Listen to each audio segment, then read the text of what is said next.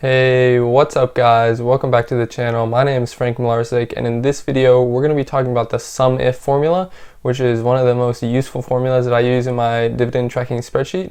So I'm just going to talk you guys through exactly what that formula is and how you can use it, and then I'm going to give a pretty simple example of basically just like the syntax and how you implement it, I guess, and then I'm going to show you how I use it in my specific dividend spreadsheet to do some calculations, just to track some different things and how it makes everything a lot easier. So if you guys do enjoy these spreadsheet videos, make sure to like the video and subscribe to let me know, and so that you don't miss out on any of these future videos. Alright, so we're just on the Google Docs documentation, and I'll leave a link to this in the description so you guys can look at it for yourself. But basically, this is just the SUMIF formula, and it is just used to, as it says, return a conditional sum across a range. So that basically means that here you can see the syntax. So you enter a range, which is the range that you're going to check the condition of each of those values of each of the cells within that range. And then this criteria is the condition, and then the sum range is optional. So if you leave the sum range blank, then that basically means that you're going to sum the values that meet the condition within this original range. But if not, if you enter something in the sum range, you're going to sum the values in that range that correspond to the values in the initial range that you passed. And basically the criteria is listed something like this. So if it's greater than 20, for example, you have to put that in quotes, and then if it's just in quotes with no like special symbols, then that just means it's going to be equal to that. And you can also do things like not equal to symbols and all that kind of stuff, but I will show you that in an example right here. So basically I just created this simple chart or table here, whatever you want to call it. And so I just had some names. Some of them are named John and some are named Jim, and then I put their ages. So I just did a SUMIF formula. So the first range is this A2 to A6, which is the range that we're checking the name of. So basically we want to find the sum of the people with the name John is what we're doing here. So in order to do that, we're going to check these names, and then whichever of them has a name of John, then we're going to find the corresponding cell in this range, B2 to B6, and we're going to add that to the sum. So that turns out to a sum of 55, which you see this John here is 20, plus this John is 13, that's 33, plus this John is 22, is 55. And then if we wanted to do the average of the ages, we could actually use this other formula that's pretty similar called COUNTIF, and it's the same basic principle, except since it's just counting, there's no range to sum across. So we're just going to do the same exact thing with A2 to A6 and John, but we don't need to include that B2 to B6 because there's only two parameters for that COUNTIF formula. So basically it's just counting the amount of times that John occurs in that range A2 to A6, and that's 3 times. So it's going to do 55 divided by 3 and give us that average age of the people named John is 18.3. So that's just another way you can do that here. Let's get rid of this COUNTIF. But that's a way you can find the average of a list, is by summing it and then dividing by the count. And there might be an average if, I'm not exactly sure, but also what you can do is if we delete this formula and then say we move these values down a little bit, they don't have to be in the same exact row. It's just whichever values correspond to each of them.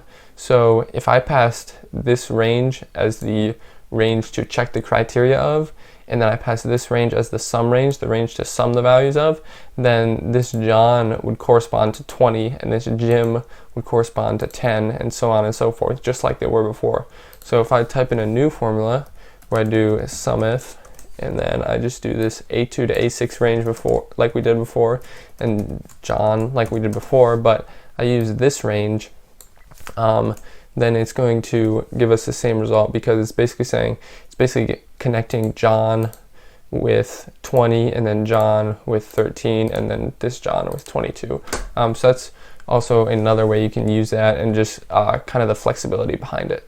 Okay, so I just looked it up here, and there is an average if formula. So it's basically would replace what I did here with the SUMIF and divided by the COUNTIF. So it's just a easier way to do that, I guess, but both really work, so it really doesn't matter. So now we're going to look at how I exactly use this in my spreadsheet, and mainly what I use it to do is to find the number of shares of a stock that I have, and also the amount of cash that I have. And basically what I do is when I have these transactions, I list the ticker here, so I do a SUMIF and check the ticker symbol against the ticker symbol of whatever stock I'm trying to find the number of shares I have. So basically what I'm doing is I'm using this SUMIF with the ticker symbol of this stock. So if I want to look at the number of shares of Microsoft that I have, then I'm going to check with the criteria of A19, which is the ticker symbol of this company, and then I'm going to my range that I'm looking for Microsoft in, or the ticker MSFT, is in the transactions tab, and it's in column A. So basically I'm going through all of column A and looking for wherever Microsoft appears, and then wherever that appears, then I'm going to add any values that correspond to those in the transactions C column. So that's right here, which is the number of shares that I bought in that transaction. And then I'm basically doing the same thing in the cells area over here. And since I have no cells, I didn't sell any Microsoft, then that is not affected. But I'm just subtracting the amount of shares that were sold to get the total amount of shares. And this part at the beginning is just a if statement, and it's just checking if there is a ticker symbol here. So basically, if I add like another row below here, it won't give like errors for all these values since it's referencing a bunch of other cells. So I'm just using that little if statement, and then I'm checking if this is blank, then I'm just going to leave this blank. Otherwise, I will do this formula, because if I don't do that, then it, for a lot of these formulas in here, to just give errors, which is not pretty to look at, I guess. So within my dividend spreadsheet, pretty much the only other place that I use the SUMIF formula is when I'm calculating this average cost here in this column, so that I can look at my returns on each investment. And basically I do that just by summing the total cost of my investment of each company, and then dividing that by the total number of shares that I own of each company. The quote of the video is, "A person who is happy is not because everything is right in his life. He is happy because his attitude towards everything in his life is right." And that was actually said by the CEO of Google, Sundar Pichai. I actually was just thinking I'm talking about Google Sheets in this video, so I'll include a quote from him. And I found this one and thought it was pretty good, and just really inspiring, about how you need to focus on your attitude a lot, and that will just make you happier overall, because it's all about how you see the world, because you're really not going to be able to change everything that you want to change or have everything go exactly your way. But if you're able to see the world in a good and positive light, then that's what's going to make you happy in the end. So I hope you guys enjoyed this video. I feel like some of my recent videos have been getting a little bit long, so I try to keep this one short while still providing some good information. So I hope you did enjoy this one, and I will see you in the next one.